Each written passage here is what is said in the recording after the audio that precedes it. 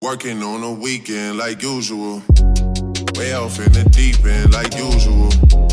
Niggas swear they passed us, they doing too much. Haven't done my taxes, I'm too turned up.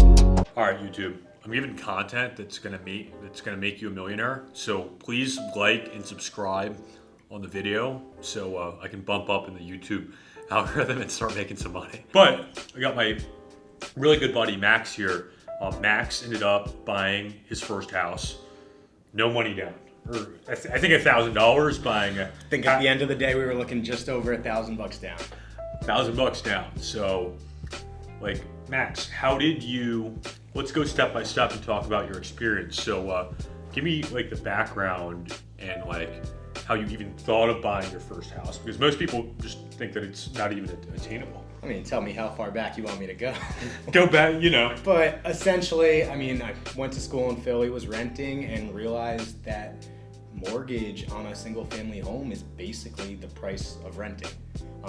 So my rental was up the beginning of COVID, I guess. And I told myself, I said, I'm not renting in Philly again. If I'm staying in Philly, I want to buy a place. And that kind of got the ball rolling, and moved back with my parents for a couple weeks, and that really got the ball rolling because I was like, I want to get out, and then everything kind of went into play. So Max, how do you start identifying neighborhoods? What would you say is step one of your home search, and how it worked out for you? Yeah, so in my case, it was really, I knew Philly, been here a few years, and it was really, I was looking for up and coming areas that I would be comfortable living in and that I saw having a lot of future potential. And in my specific case, I was looking at kind of Kensington and Brewerytown were my two big kind of options to look at. And so when you were first looking, were you just looking online at the different house sites? Or? I spent more time on Zillow than most places for a little while. Was kind of just poking around and looked at houses, thought they were cool, but never really did anything. So, all right, so you're identifying, Kensington, Brewerytown. How did you get connected with me? So, a good buddy of ours, Jason, kept telling me. Way too smart. He's the smartest guy that I know. Smartest guy I know, and there's another story about him crunching numbers, which I can go on and on about. So Jason is a hedge fund trader, by the way. He's super smart. So super smart guy, great friend of mine, and him and Francis live in the same building, which is how we got connected. And I was telling Jason I was interested in buying a place. He kept mentioning Francis, told me we had to connect, and then one day we went out looking for places. And next thing I know, I put an offer in. So we actually started FaceTiming at a place where I said, hey, this is gonna go quick on the first day. Absolutely. And it was crazy. There was, got 6 offers in 3 days on this property. It sold for a record. And I think I told you, like, if you wanna buy this house, it's a good purchase, like, because you like the design. You're paying a premium for having a really great design, but that's not really good investment, because I'd say your investment properties, you kind of just want to buy the least amount of price per square foot. You want to buy the best value. In a neighborhood like Brewerytown, you're not making the money on rent for having like Bosch appliances or Calcutta quartz countertops or $10 square foot floors. You're just not going to get those returns in Brewerytown. So we didn't end up buying the house. So talk about when we went on the first round of showings. Yeah, totally. So after that FaceTime, I was really into it. I was like, okay, I'm serious. I'm seriously gonna get something. At that point, I still didn't know what, but I knew I was getting something. And then, like you just said, the biggest single piece of advice you gave me is, if it's an investment, you want the best value for your square footage, and the most number of bedrooms in my particular case. Absolutely. Then we kind of went out one day in Brewerytown. He showed me a couple places. One I thought would have been great because I liked kind of the character of it. And then we ended up on Hollywood. And the second I saw that house and saw how big it was, I just saw there was so much potential there. So a little bit of background about this house on Hollywood Street. You're within a block away from 1,000 new construction units going up, and the potential of having a second commercial corridor in this neighborhood, Brewerytown. Also, for the whole city of Philadelphia, this is priced at, we got it for $420,000. basically every up and coming neighborhood, a 16-foot wide, 2,350 square foot gross house. I mean, the cheapest you're really getting that in an area that me and you would live would be $450,000 to $460,000. So I think there we're already getting it below market value, and there's potential for that property to appreciate. And I'm just going to stop you there for a second. $1,000 down on a $420,000 Right, house. so talk about that. When you were first running your numbers. So to be completely honest, going into it, I assumed I would be putting more down. That's what I always heard. I was prepared to put more down. And, buying a house is a big investment. At least most people think it is at first. So I remember after touring, I was seriously considering putting an offer in, found out about first-time homebuyer grant, and I believe there was another neighborhood grant that was available that really kind of helped towards closing costs. And then as I ran the numbers, I realized it was a no-brainer in my case. It made too much sense. And So how much grant money were you looking at for your first house? So I want to say I was looking in the range of about $5,000. $5,000 in grant money. Yep. So this product was almost like too good to be true. And even at first, I didn't believe how good this product was. And then one of my other buddies, Mike, ended up buying a house with his grant. And he's like, oh my God, I had this great experience. And usually in grants, it's you have to fill out all this paperwork, and it's normal portfolio lenders that are doing it. But I have a buddy, Mark Thibault with Bank of America, who's one of the top. He's the number one producer for the region there, and he prioritizes my clients like Max because I being one of the top agents in the area. I'm gonna have an opportunity to send him a lot more business. So I mean, there were no delays. Everything was done on time. I couldn't say better things about Mark and his team. I mean, they were amazing. The grant process, you typically think grants will take forever, countless forms, 2 single-page forms. Mark was a call or text away at any moment, and it was a great process to get that product. So Max, we bought this house. It was $420,000, right? So what was the down payment on it? Yes. So my initial down payment, I had to put 3% down.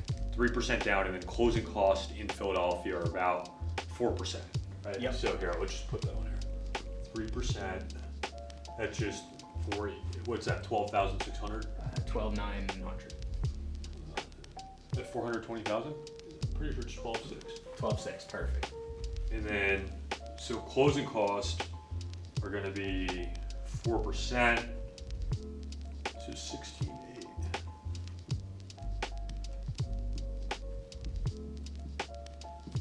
So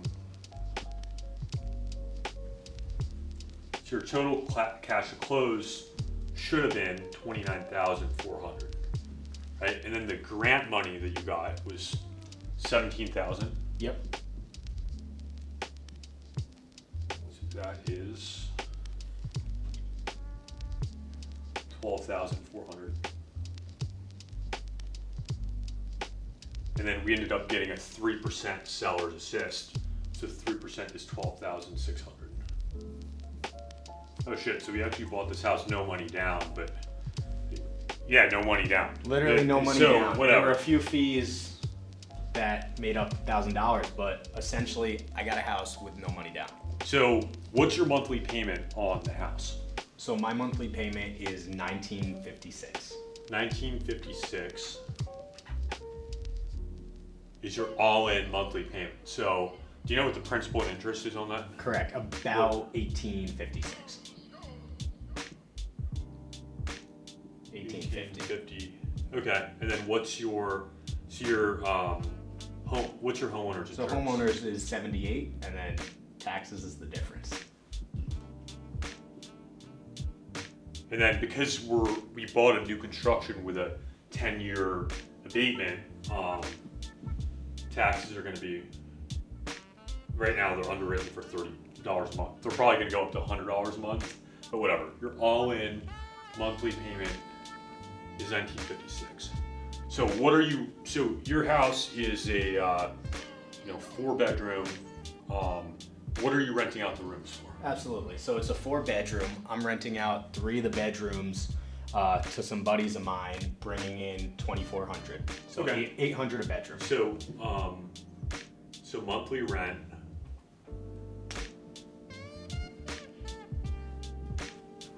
At $2,400, and then I would say you're living in your house for free now. I'm living for free. My room and bathroom are beautiful. That's valued at. You have the biggest master shower in the neighborhood. I have the biggest master shower I've ever seen. I mean, I think that would be worth $1,000 if someone were to rent it for you. Absolutely. So And on a monthly basis, I mean, like if you were to lease this out to a renter, I'd say probably, from $2,500 very conservatively to $2,700 a month. But like the value that you're by managing it yourself and running your own show, technically making $3,400 a month. So that's the difference between that and this is basically $1,450 a month, and then you're making $17,400 a year. And like, if that's $1,000, you're making a 1,700% return. Absolutely. So you made a 1,700% return on your money. That's freaking ridiculous. Yeah. So that's funny. I bought my house at 360 with 3.5. It was like, I think I did a 5% down product, but this is much better than my product because it's 17,000. And the only thing is, do you have to pay taxes on the 17,000 or like? I do. Okay. So it is taxed, but I mean, it's free money. it's free money at the end of the day. And you came out of pocket with nothing. And regardless, it's a great deal, and the tax benefits of owning a home will offset those. Right. It's an amazing deal regardless. So congrats, dude. We just gotta get the 42. Absolutely. Working on a weekend like usual. Way off in the deep end like usual.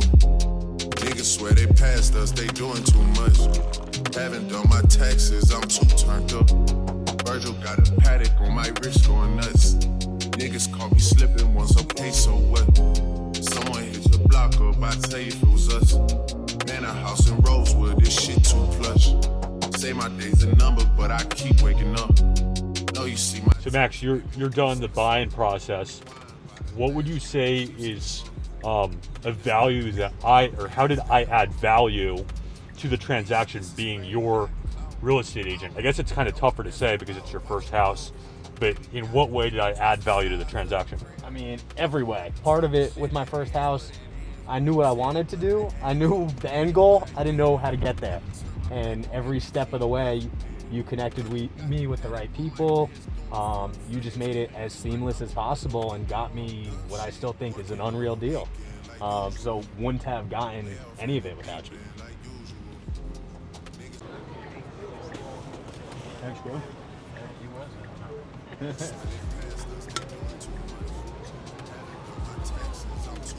Dude, so incredible process. I'd say this is a gift I give this gift to like clients that I just like really like fuck with. So it's my favorite tequila ever, the 42. You ever had it? Yeah, dude, it's the best. So it's your bottle now. Cheers, bro. Thank you.